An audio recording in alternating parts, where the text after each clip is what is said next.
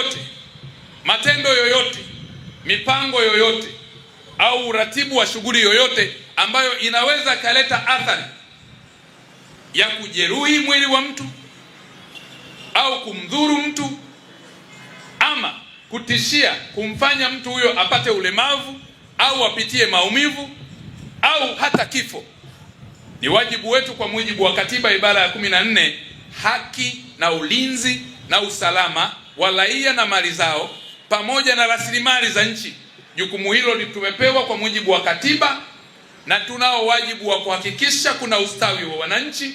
Tunao wajibu wa kikatiba wa kuhakikisha wananchi wanastawi kiuchumi, wanakuwa salama kiafya, wanakuwa salama kwenye mazingira yao. Ni jukumu la kikatiba lililopewa nchi kwa mujibu wa ibara ya 8 ya katiba inayosema serikali itapata madaraka yake kutoka kwa wananchi na nchi ya kidemokrasia kupitia kuchaguliwa. Ni wajibu wa ibara ya 8 inayosema serikali itawajibika kwa wananchi. Ni wajibu tulionao kikatiba ibara ya 8 inayosema serikali itakuwa na wajibu wa kwanza wa kuhakikisha ustawi wa wananchi.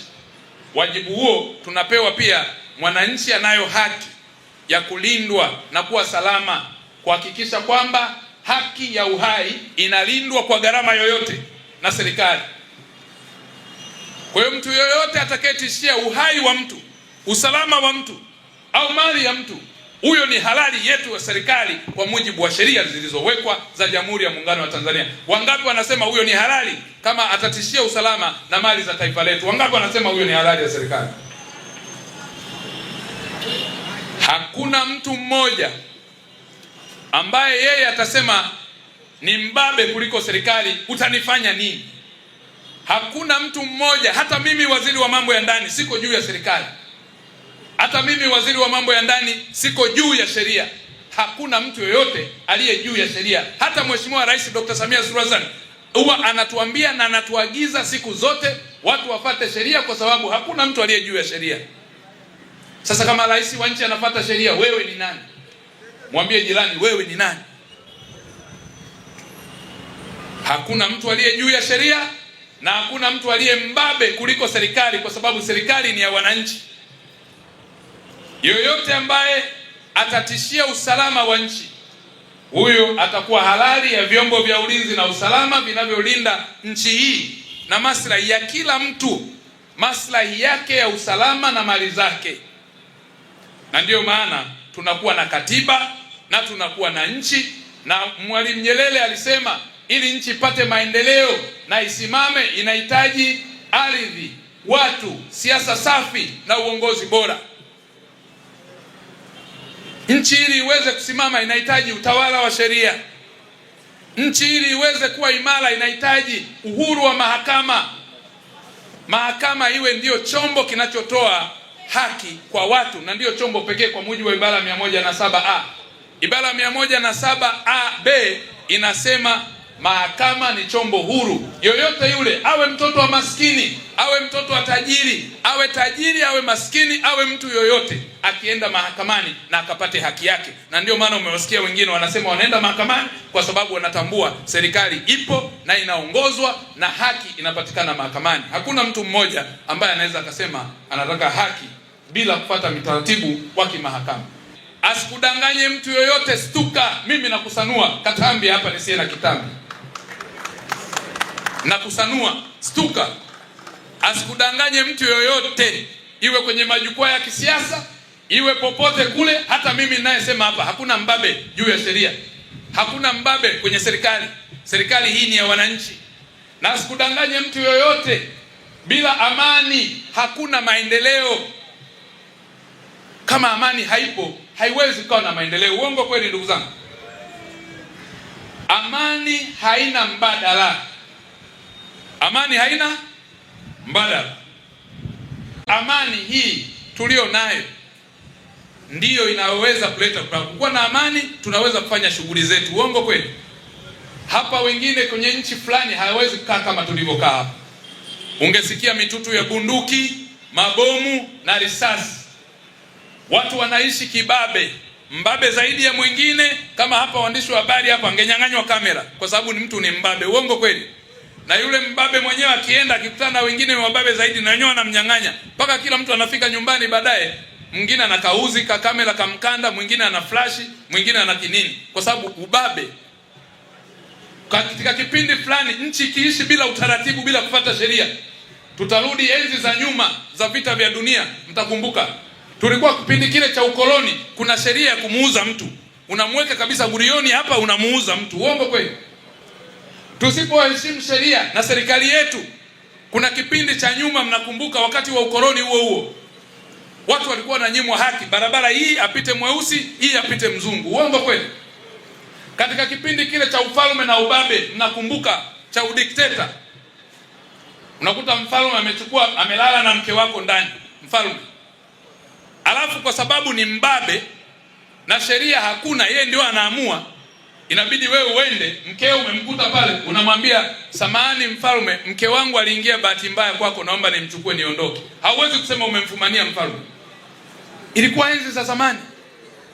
Enzi za zamani, kama ulivyo star hapo umesimama, akikukanyaga mfalme au kiongozi yoyote akukanyaga mguu, unamwambia, wala haupigi kelele, unamwambia samahani mfalme, naomba niondoe mguu wangu, nimeuweka pale ulipostahili kukanyaga. Humwambii umenikanyaga.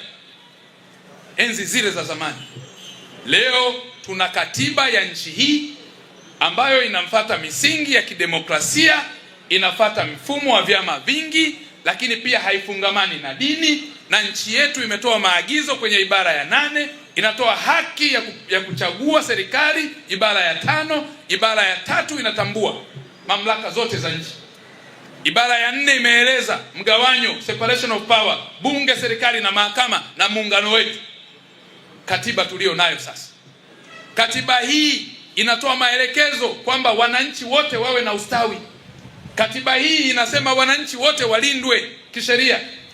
Katiba hii inatoa haki za watu kushiriki kwenye ujenzi wa taifa lao, ibara ya 21(2). Katiba hii inasema jukumu la ulinzi wa nchi yetu ni wa kila mmoja wetu. Sisi sote hapa, sio polisi peke yake, sisi wote kwa mujibu wa ibara ya 27 tunapaswa kuilinda nchi yetu. Ibara ya 26 vivyo hivyo. Ibara ya 28 kulinda rasilimali zetu zisipokwe, ili sisi wa Tanzania tuzitumie vizuri. Sasa ndugu zangu, kwa msingi huo pia anawatambua na anawaheshimu na yuko tayari kuwahudumia kwa namna yoyote, na ndio maana leo mmeona kuna mabenki na mikopo itaendelea kutoka kupitia halmashauri. Jipigieni makofi mengi sana, kundi hili muhimu sana kwa ajili ya serikali yetu. Kwa ndugu zangu, katika eneo hilo, upande wa serikali, wajibu tulionao ni nini ambacho tunaweza kufanya? Eneo la kwanza, moja, kama nilivyowaambia, ukiangalia ili sisi nchi yetu iweze kuendelea, ndugu zangu, tusiangalie hivi kwa macho ya upofu. Tanzania leo inaangaliwa kwa sababu ni nchi pekee katika ukanda wa Afrika Mashariki na Kati inayoongoza kwa amani, na wanajua kabisa kwamba nchi ikiwa na utulivu na amani kwa muda mrefu inajijenga kiuchumi. Leo hii sisi katika bajeti za ukanda huu wa Afrika, upande huu wa Afrika Mashariki na Kati, tumekuwa wa pili kwa ukubwa wa bajeti yetu, bajeti ambayo imewekwa kwa ajili ya maendeleo ya wananchi. Tumezipiga chini nchi nyingi jirani zinazotuzunguka ukiacha Kenya. Na kwa nini leo wanasema Kenya labda pamoja na hapa? Siri ni ya kihistoria. Wale walikuwa na central economy. Hapa sisi Tanzania ilikuwa ni plantation. Hapa ilikuwa ni mashamba tu, hamna biashara, hawajengi hapa. Kazi kubwa ilikuwa ni pengine wamejenga kidogo makanisa, pengine na misikiti kidogo, lakini kazi kubwa hapa ilikuwa ni mashamba. Na ndio maana wakatuwekea reli ya kati ili wabebe kule nini, ile Konge Katani, wasafirishe kwenda kwenye bandari ya Dar es Salaam. Ilikuwa ni kulima pamba kanda ya ziwa, walime Tabora na maeneo mengine, wasafirishe kupeleka Ulaya. Pale Kenya wenzetu waliona kama ni ardhi yao, wakakaa wakajenga majengo, wakajua wanaishi. Vivyo hivyo South Africa na nchi nyingine. Lakini mnayaona yanayotokea leo duniani. Uongo kweli? Wangapi mnaona yanayotokea kwenye nchi zetu za Afrika nyingine? Wanyosha mikono juu. Mnatamani hali hiyo tuikute?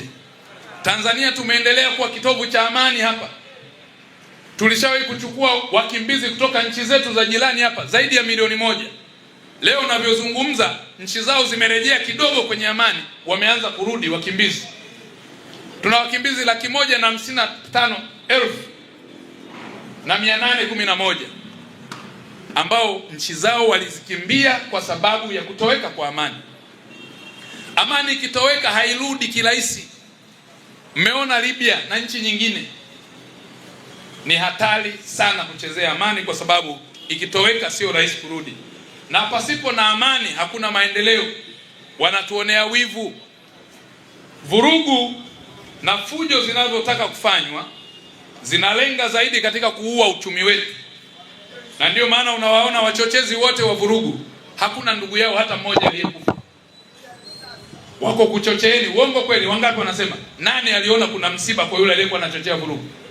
Watu wanatembea na passport mfukoni, wanakuchochea, unaingia kingi kwenye 18 za sheria, yeye anakimbia anaenda airport, anavukia pale mpakani, mnafahamu anakokimbilia, anaondoka zake. Watoto wake wako nchi za nje, mke wao yuko nchi za nje, alafu wewe unabaki hapa, amekuchochea kwenye vurugu, unakamatwa na mkono wa sheria.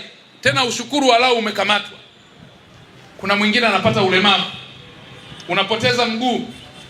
Vita haina macho. Uongo kweli? Vurugu hazina macho. Uongo kweli?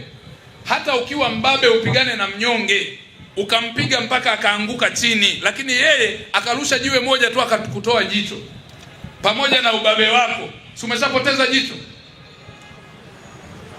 Vita haina macho, vurugu hazina macho, na hakuna mshindi kwenye vurugu wala vita. Uongo kweli?